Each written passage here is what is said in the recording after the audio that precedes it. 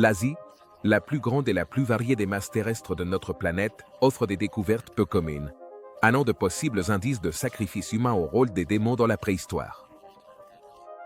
Explorons 15 de ces découvertes en Asie qui changent tout ce que nous pensions savoir. Numéro 15. Les momies de feu. Contrairement aux Égyptiens, qui embaumaient doucement leurs nobles, les anciennes tribus des Philippines avaient une approche différente. Ils transformaient leurs défunts en momies ardentes. C'est comme s'ils voyaient leurs défunts et disaient « Allons les cuire au four et les faire grésiller dans l'autre vie ». Ces méthodes horrifiantes ont conduit à une découverte effrayante. Les momies de feu des grottes funéraires de Cabalan, dans le nord montagneux des Philippines, étaient autrefois le foyer des tribus Ibarwa et Calangula, qui pratiquaient la momification complexe par le feu des membres décédés de leur société. Lorsqu'un membre approchait de la mort, on lui faisait ingérer des niveaux de sel, probablement toxiques, pour dessécher le corps de l'intérieur vers l'extérieur. Après le décès, le cadavre était rôti pendant des semaines ou des mois à feu d'eau. Les membres de la tribu introduisaient des braises incandescentes dans la cavité abdominale pour fumer le corps de l'intérieur. Une fois sèches et rigides, les momies de feu étaient prêtes à être enterrées. Les momies étaient placées en position fétale et attachées avec des cordes pour qu'elles puissent tenir dans de petits cercueils en bois en forme de ligne philippine appelée kamansi. Avant de continuer avec cette vidéo, appuyez sur le bouton d'abonnement et la cloche de notification dès maintenant. Ces cercueils avec des momies miniatures étaient cachés dans des grottes reculées dans les montagnes. Lorsque les colonisateurs espagnols sont arrivés au XVe siècle avec des coutumes catholiques d'enterrement, les pratiques de momification ont rapidement disparu. Aujourd'hui, plus de 300 momies de feu ont été récupérées. Des grottes, certaines avec des tatouages tribaux visibles sur leur peau cousue, datant d'il y a 1500 ans. Numéro 14. Le bol d'or.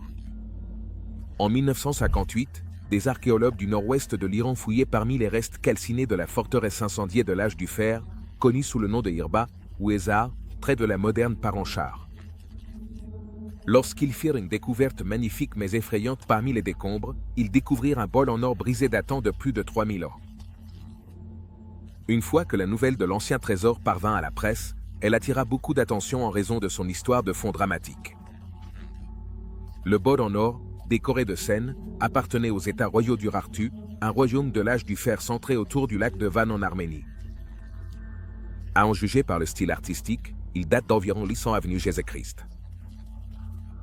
Le bol, qui pèse presque 1 kg et mesure 14 cm de diamètre, présente des images de guerriers, de chars et de créatures mythologiques. Fait d'or massif, il aurait été une possession extrêmement précieuse à cette époque. Le bol doré a été trouvé écrasé et brûlé parmi les ruines de Herbo. On pense qu'autour de l'an 800 avenue Jésus-Christ. La ville a été attaquée par les Eurasiatiques. 3 soldats ont tenté de s'échapper avec le bol du trésor, mais n'ont pas réussi à le faire à temps. L'attaque a entraîné une destruction ardente pour Herbo et les soldats ont été piégés sous les décombres. Les restes brisés du taureau ont été trouvés près de leurs mains. Ces hommes n'étaient pas des héros, mais des pillards cherchant à profiter du vol du trésor pendant l'invasion. La disparition des soldats est un avertissement sur les dangers du pillage. Le bol d'or brisé reste un symbole des coups élevés de la guerre et de l'avidité humaine. Numéro 13. Homo floresiensis. Quelle découverte pourrait être plus significative que de découvrir la véritable espèce des anciens hobbies? En 2003, une équipe d'archéologues indonésiens et australiens explorant la grotte de Namboa, sur la lointaine île indonésienne de Flore, a fait une découverte étonnante. Des restes squelettiques d'individus minuscules à l'apparence humaine, mesurant à peine 1 mètre de hauteur à l'âge adulte, avec des crânes abritant des cerveaux d'un tiers seulement de la taille de ceux des humains modernes, normaux, en raison de leurs proportions réduites. Rappelant les hobbies de fiction, l'Homo floresiensis était un véritable ancêtre humain, perdu depuis longtemps et peu compris. La petite stature et la combinaison unique de traits crâniens et dentaires de l'Homo floresiensis ont déconcerté les scientifiques, qui ont débattu pour savoir s'il s'agissait d'une espèce humaine distincte ou d'humains modernes atteints de troubles du développement.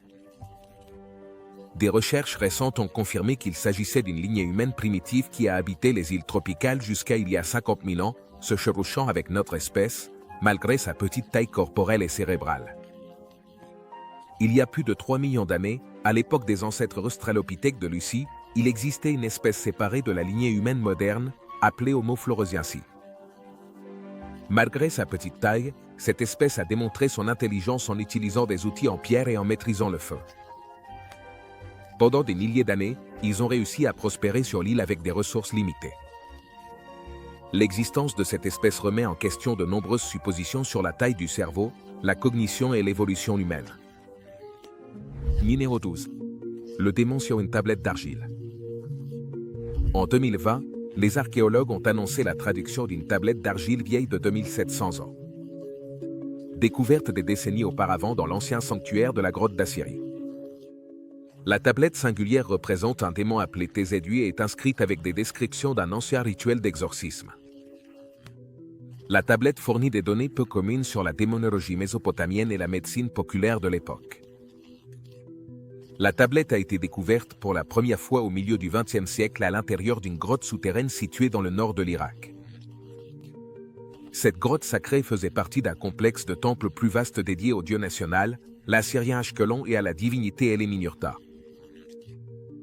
À partir des années 1950, les archéologues ont fouillé les espaces souterrains, découvrant des centaines de tablettes et d'artefacts précieux qui étaient restés intacts pendant des millénaires. Dans l'illustration gravée, il est représenté comme une créature hybride ailée avec des cornes, un cordon, des pattes, et une queue d'oiseau, et une langue semblable à celle d'un serpent. Le texte décrit Su comme le fils maléfique du dieu Anu. Selon l'inscription, on croyait que Su était un esprit maléfique qui pouvait posséder les humains et leur causer des afflictions telles que des convulsions et un comportement erratique. Les Assyriens et les Babyloniens de l'époque croyaient que ces affections étaient causées par des forces démoniaques et non par des maladies physiques. La tablette est Su. Elle enregistre un enchantement que les prêtres récitaient pour expulser le démon lors d'un rituel d'exorcisme. Elle affirme que par le pouvoir des dieux, l'esprit SHU sera expulsé et laissé sans pouvoir. Numéro 11. Mohenjo-Daro. C'était l'un des centres urbains les plus avancés de l'âge du bronze, dans la vallée de l'Indus, de l'actuel Pakistan et de l'Inde. À son apogée, vers 2500 avant Jésus-Christ. La ville avait une population de plus de 35 000 habitants, plus grande que de nombreuses villes anciennes de Mésopotamie et d'Égypte. Cependant, vers 1800 avenue Jésus-Christ, elle était complètement abandonnée. Les ruines de Mohenjo-Daro sont restées non documentées pendant des milliers d'années, jusqu'à ce que les fouilles commencent dans les années 1920. Depuis lors, les archéologues ont découvert des détails fascinants de cette ancienne ville et révélé un sombre mystère derrière sa disparition. Le nom Mohenjo-Daro signifie monticule des morts en zingaro. Ce nom sinistre provient des ruines qui contiennent des centaines de squelettes humains éparpillés dans les couches de débris, ce qui a causé la grande perte de vie dans cette ville.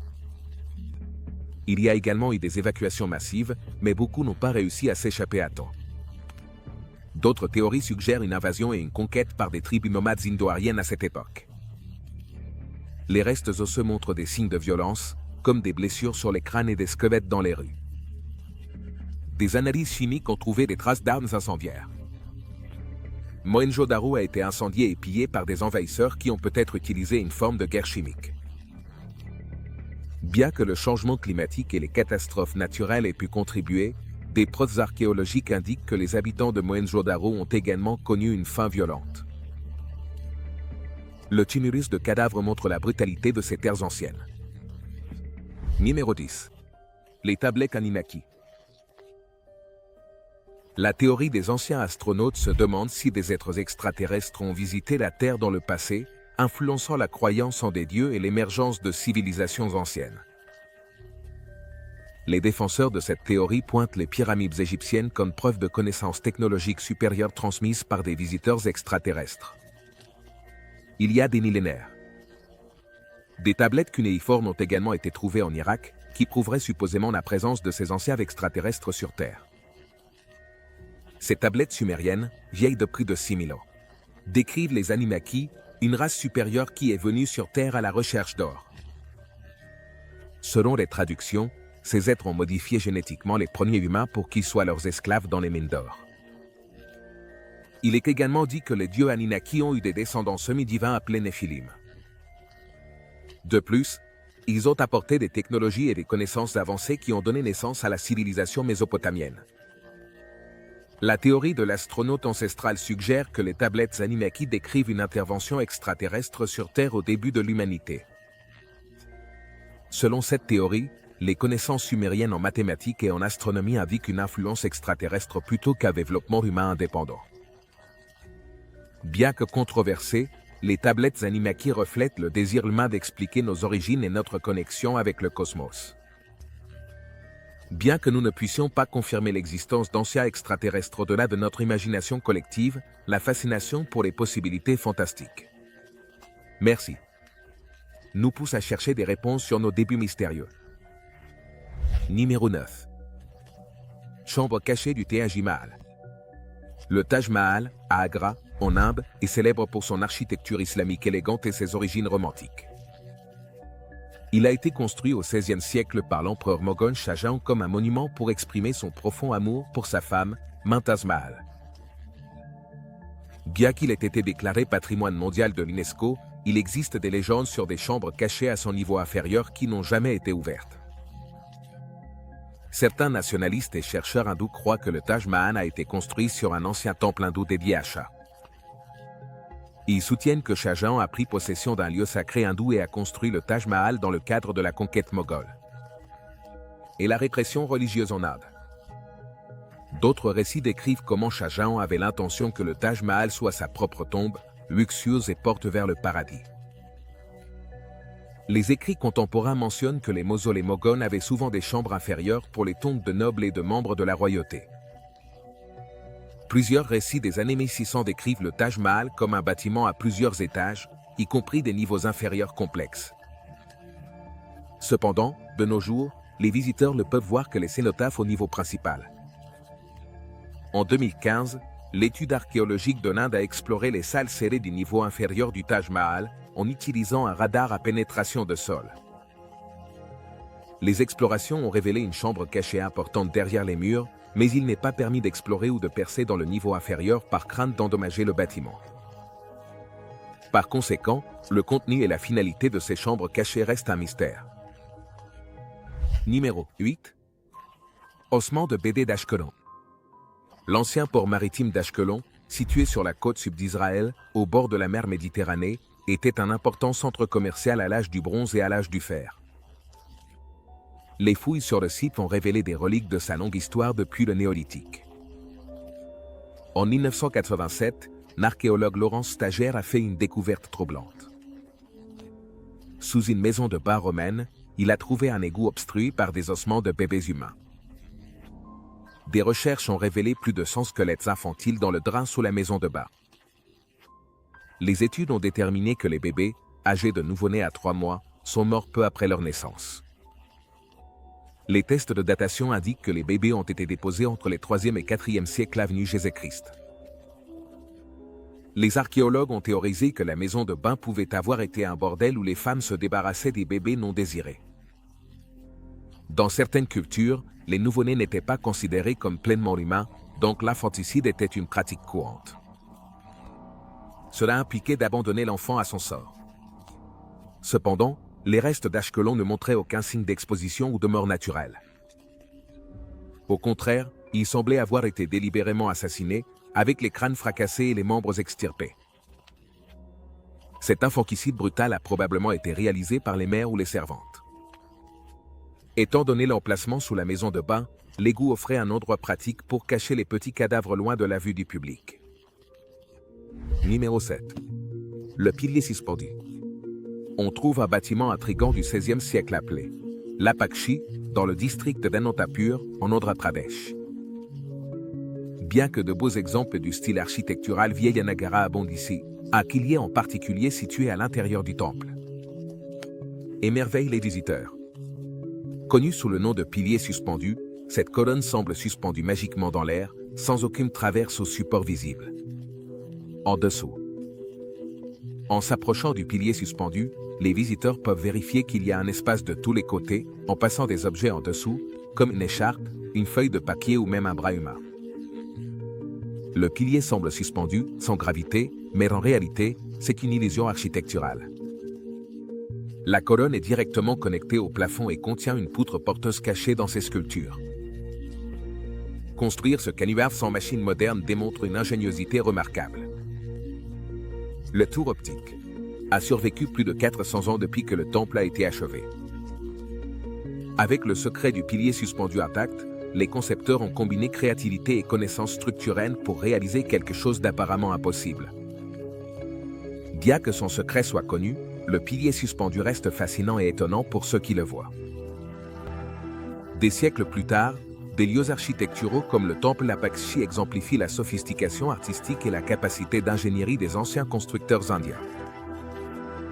Le pilier suspendu démontre les compétences techniques nécessaires pour créer de grandes illusions architecturales en utilisant des sculptures de pierre et de l'ingéniosité, ce qui reste impressionnant, même dans le monde actuel. Numéro 6. Pyramide de tête. Un corps sans tête en posture agenouillée a été récemment découvert sur le site archéologique de l'ancienne ville de Shimao, dans la province de Shaanxi, en Chine centrale. Les archéologues croient que le squelette, trouvé il y a plus de 3600 ans, pendant la dynastie Shang, a été victime d'un rituel de décapitation et d'enterrement. Il a été trouvé avec les mains attachées dans le dos, en position verticale, agenouillé, y regardant vers le nord.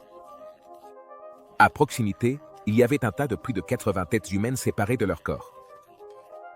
Ces restes sans tête et leur disposition suggèrent un enterrement cérémonial.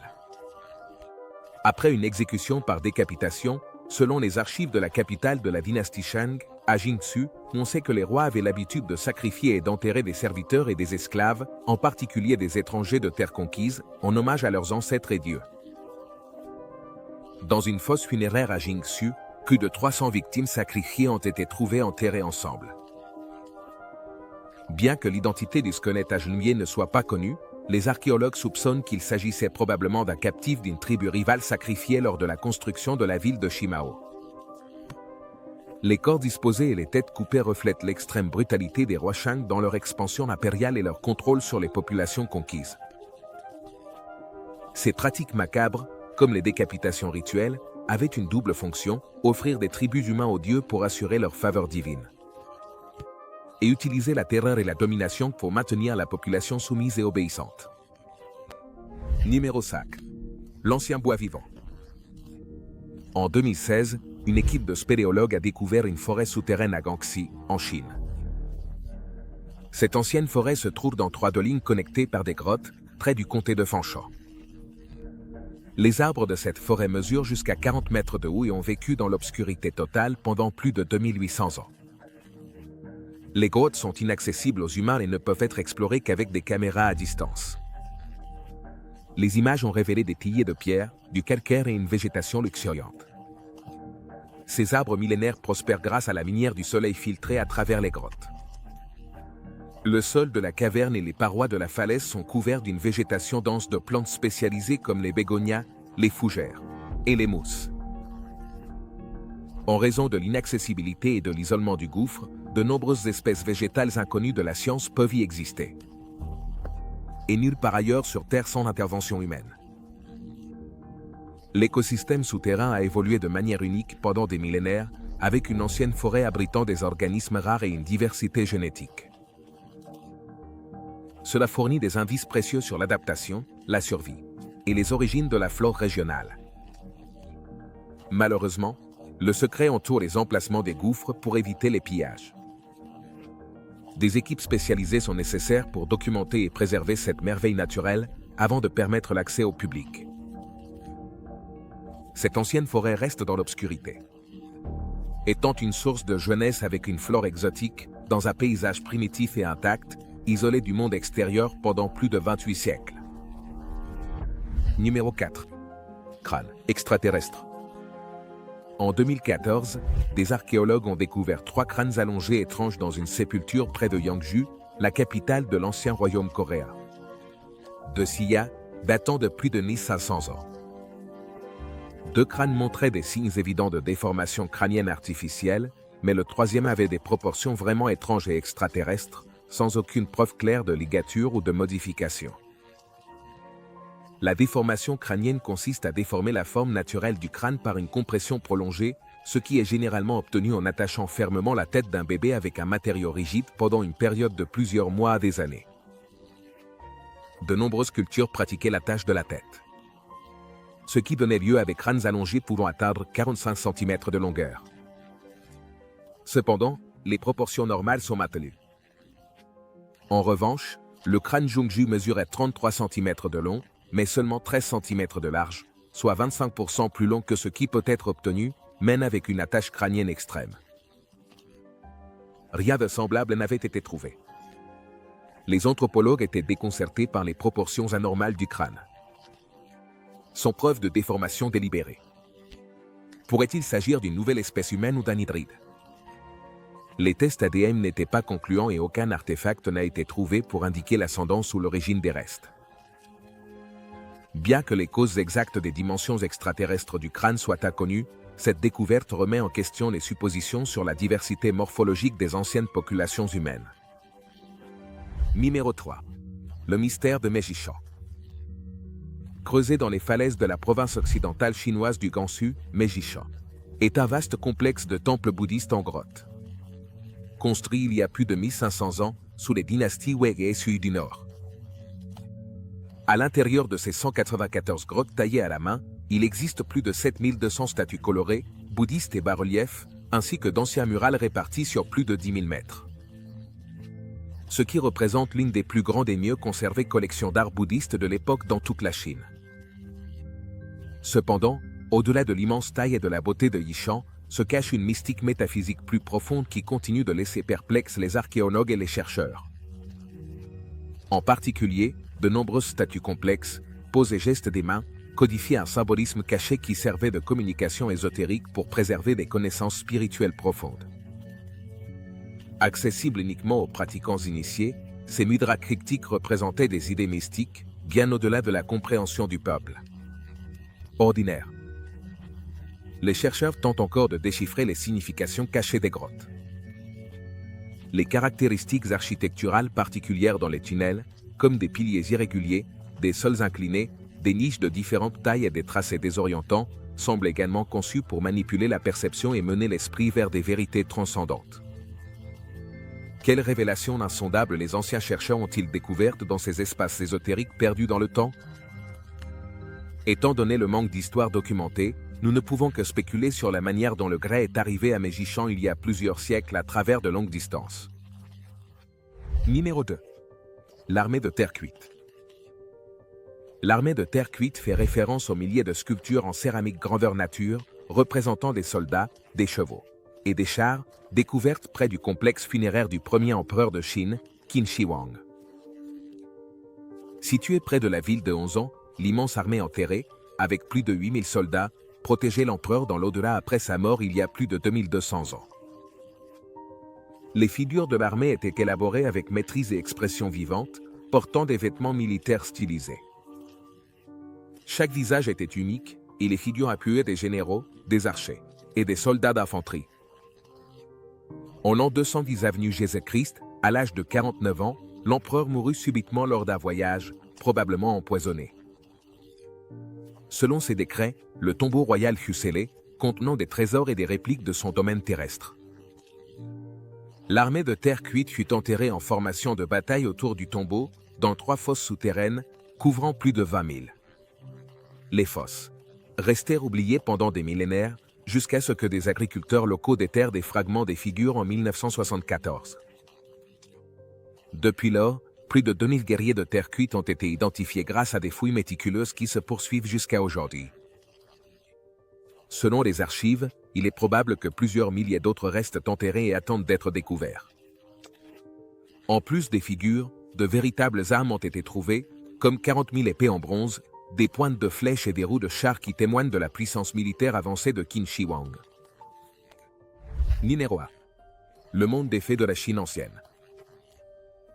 En 2015, les archéologues ont annoncé une découverte fascinante, un puits contenant des sculptures en bronze de fées et de monstres datant de 2500 ans, de la période des royaumes combattants de Chine, trouvés près du village de Sichuan, dans la province du Henan. Les artefacts représentent des créatures mythologiques fantaisistes qui révèlent le monde imaginaire qui habitait autrefois les esprits anciens. La fosse contenait plus de 2 douzaines de figurines mesurant entre 5 et 16 cm de hauteur, représentant diverses créatures et figures humanoïdes. Selon l'archéologue principal, Kamian, ces objets reflètent les fantasmes et les imaginations de la période des royaumes combattants, offrant un aperçu des mythes et de la religion populaire d'il y a 2500 ans. Cependant, les circonstances de l'enterrement sont mystérieuses.